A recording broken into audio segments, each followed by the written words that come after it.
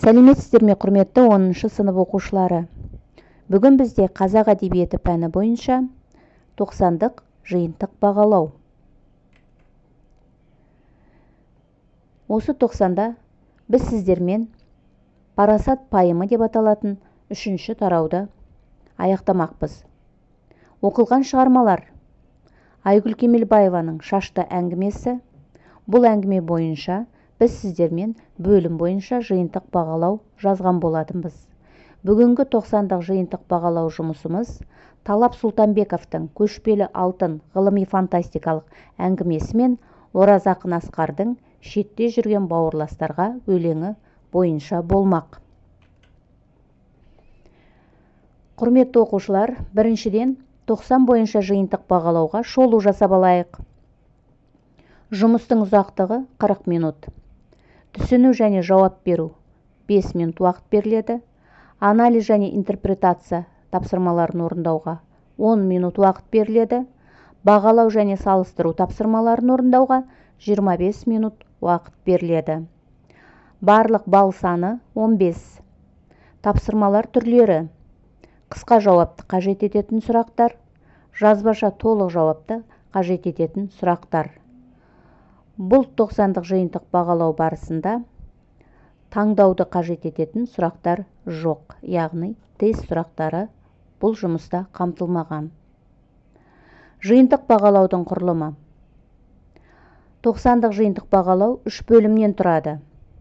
Бірінші бөлім – түсіну және жауап беру. Екінші бөлім – анализ және интерпретация. Үшіншісі – бағалау және салыстыруды тексеруге арналған. Бірінші бөлім. Бірінші тапсырма. Талап Сұлтанбековтың «Көшпелі алтын» әңгімесінде автор көтерген мәселені анықтайсыздар. Қазіргі кездегі бұл мәселенің өзектілігіне, жаңашылдығына пікірлеріңізді білдіресіздер. Яғни сіздер беріліп отырған сызбаға бірінші бағанасына мәселенің өзектілігін, екінші бағанаға мәселенің жаңашылдығын жазуларыңыз қажет. Екінші бөлім бойынша екінші тапсырма. Талап Сұлтанбековтың «Көшпелі алтын» ғылыми-фантастикалық әңгімесінің көркемдік ерекшелігіне байланысты әдеби сыни пікір жазасыздар. Сыни пікірдің құрылымын сақтауларыңыз шарт. Үшінші бөлім, үшінші тапсырма.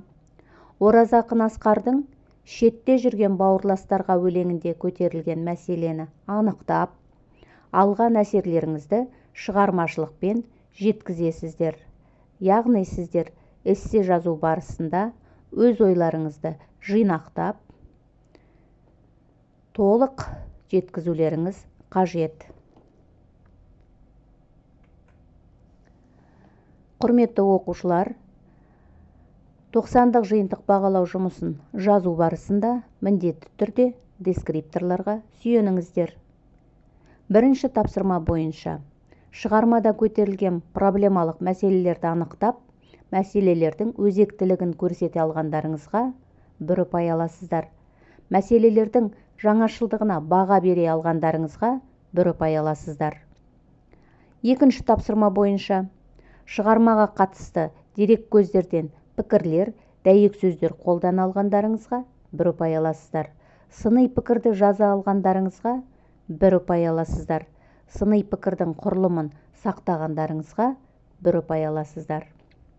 Үшінші тапсырма бойынша шығармада көтерілген мәселені анықтағандарыңызға, мәселеге қатысты жауаптарыңызды шығармашылықпен жеткізе алғандарыңызға, өзіндік көзқарастарыңызды аргументтермен дәйектей алғандарыңызға, логикалық қорытынды жасай алғандарыңызға, сауатты жазып, эссе құрылымын сақтағандарыңызға эссе жұмысы бойынша жалпы 10 ұпай аласыздар.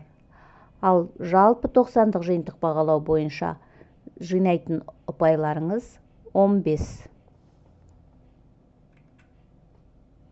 Құрметті оқушылар, жұмыстарыңызға сәттілік тілеймін. Сау болыңыздар.